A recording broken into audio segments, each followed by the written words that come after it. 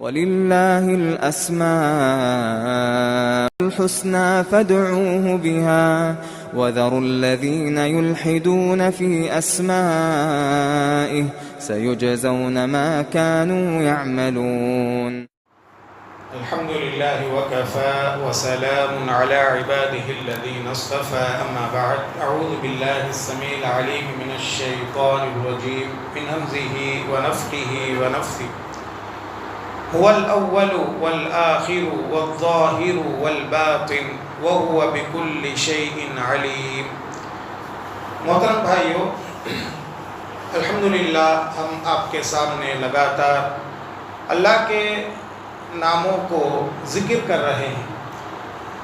بڑے مبارک ہیں وہ لوگ جو اللہ کے ناموں کو یاد کرتے ہیں یا اس کا معنی جاننے کی کوشش کرتے ہیں، اس لیے کہ اللہ کے ناموں کا معنی ہم جانیں گے تو اللہ کے بارے میں جانکاری آئے گی. جب اللہ کے بارے میں جانکاری آئے گی تو ہمارا ایمان مضبوط سے مضبوط تر ہوگا. اللہ کے بارے میں جب جانکاری آئے گی تو ہم اللہ کے سامنے ہی جھکیں گے، اللہ کے سوا کسی کے سامنے نہیں جھکیں گے. جو بھی ضرورت ہے اللہ سے مانگیں گے، اللہ کو چھوڑ کر کسی کے پاس نہیں جائیں گے. جب اللہ کے بارے میں جانکاری آئے گی تو یہ اللہ کے بارے میں جانکاری اللہ کے ناموں کا معنی جاننے سے آتی ہے. اور پیارے نبی صلی اللہ علیہ وسلم نے خوشخبری سنائی ان لوگوں کے لیے جو اللہ کے ناموں کو یاد کرتے ہیں، اس کا معنی جانتے ہیں. کیا ہے خوشخبری؟ پیارے نبی صلی اللہ علیہ وسلم نے فرمایا اللہ کے 100 نام ہے، ایک کم، یعنی 90 پر 9 نام اللہ کے ہیں. جو ان کو یاد کرے گا اس کے لیے جنت ہے، کہا. اللہ اکبر. اب یاد کرنے کے اندر اللہ کے ناموں کو حفظ کرنا بھی آ گیا، یاد کرنے کے اندر اللہ کے ناموں کا معنی بھی آ گیا، اور یاد کرنے کے اندر اللہ کے ناموں کا جو معنی ہے اس کے مطابق عمل کرنا بھی آ گیا. ان تینوں میں سے کوئی ایک کام کریں گے تو ہمارے لیے جنت ہے انشاءاللہ.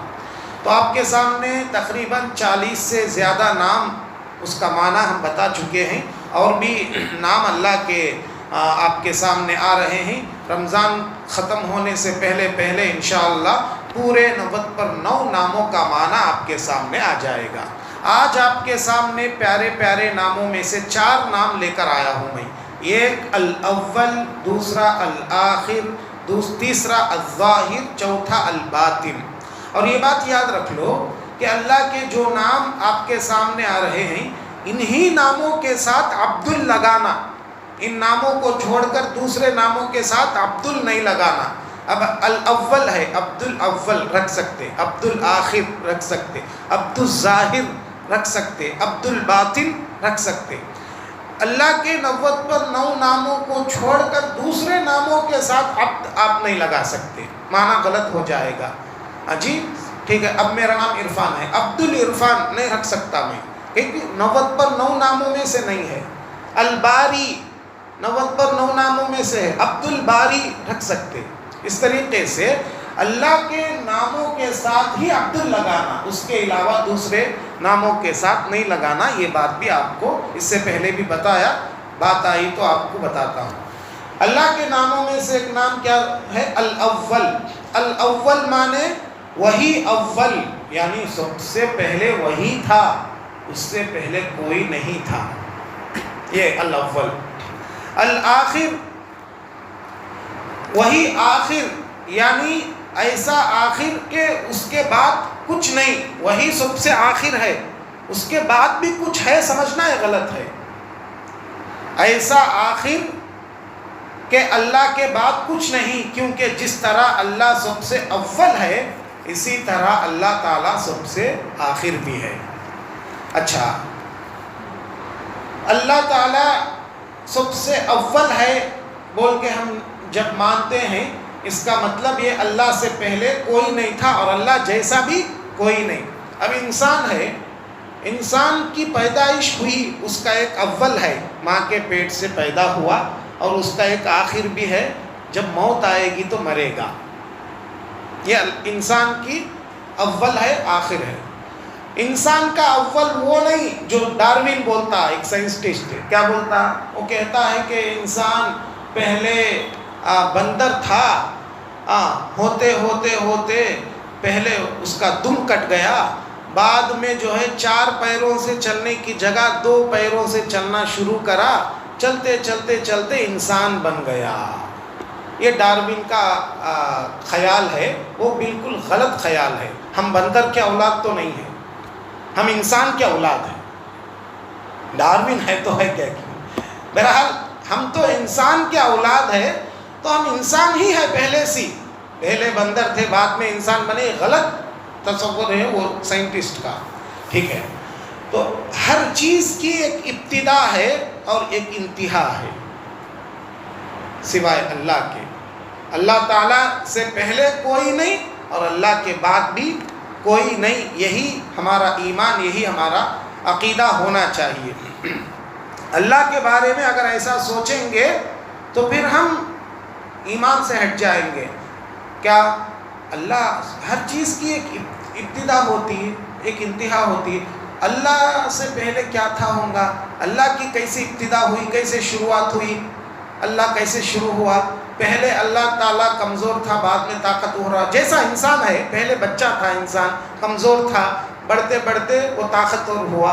اللہ کے بارے میں اگر ایسا سوچیں گے تو پھر ہمارا ایمان خراب ہو جائے گا۔ ہاں، شیطان وسوسے ڈالتا، لیکن شیطان کے وسوسے آتے ہی اعوذ باللہ من الشیطان الرجیم پڑھ لینا۔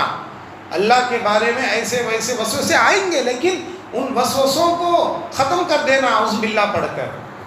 یہی ہمارا عقیدہ ہونا چاہیے اللہ کے بارے میں۔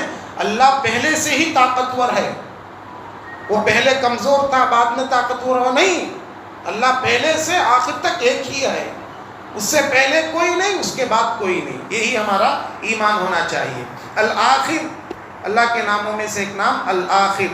الآخر کا معنی کیا ہے کہ سب سے آخر وہی ہے، اس کے بعد کوئی نہیں۔ یہ الآخر کے اندر یہ معنی آتا۔ سب اس دنیا سے چلے جائیں گے، سب ختم ہو جائیں گے، یہاں تک کہ اسرافیل علیہ السلام، سور پھونکنے والے فرشتے، سور پھونکتے پھونکتے پھونکتے ان کی بھی موت آ جائے گی، اللہ ان کی بھی جان نکال دیں گے۔ سوائے اللہ کے کوئی رہنے والا نہیں دنیا میں، سب ختم ہونے والے ہیں۔ لیکن اللہ کی ذات ایسی ذات ہے جس کے لیے انتہا نہیں، ختم نہیں اس کے لیے۔ یہ ہمارا عقیدہ ہونا چاہیے۔ اچھا، اللہ ہمیشہ سے ہے بولتے، اب جب جنت میں جائیں گے ہم بھی ہمیشہ سے رہیں گے۔ اب دونوں میں کیا فرق ہوا؟ اللہ بھی ہمیشہ سے ہے، ہم بھی ہمیشہ سے رہیں گے، لیکن دونوں میں فرق ہے۔ جنت میں جانے والے کی ہمیشگی ان کو خود بخود وہ ہمیشہ سے نہیں ہے، اللہ ان کو ہمیشہ کی زندگی دیا تو وہ ہمیشہ سے ہے، لیکن اللہ پہلے سے ہمیشہ سے ہے۔ یہ جو جنت میں جانے والے ہیں، یہ جنت میں جانے والے لوگوں کی زندگی اللہ دیا سو ہمیشہ کی زندگی سب اللہ کے ہاتھ میں ہے۔ لیکن اللہ تعالیٰ پہلے سے ہمیشہ سے ہے، اس میں بہت فرق ہے۔ اور جو جنت میں جو لوگ گئے وہ پہلے سے ہمیشہ سے تھے کیا؟ نہیں، ان کی موت آ گئی، مر گئے، پہلے سے ہمیشہ سے نہیں، وہ بعد میں اللہ دیا تو ہمیشہ کی زندگی ان کو ملی، لیکن اللہ ایسا کیا نہیں، اللہ پہلے سے ہے، ہمیشہ سے ہے۔ یہ ذرا فرق کرنا ہے۔ اچھا، یہ بات الاول الآخر کا معنی آ گیا۔ اللہ پہلے سے ہے اور آخر میں آخر تک ہے، اس سے پہلے کوئی نہیں، اس کے بعد کوئی نہیں۔ یہ الاول الآخر۔ الظاہر الباطن۔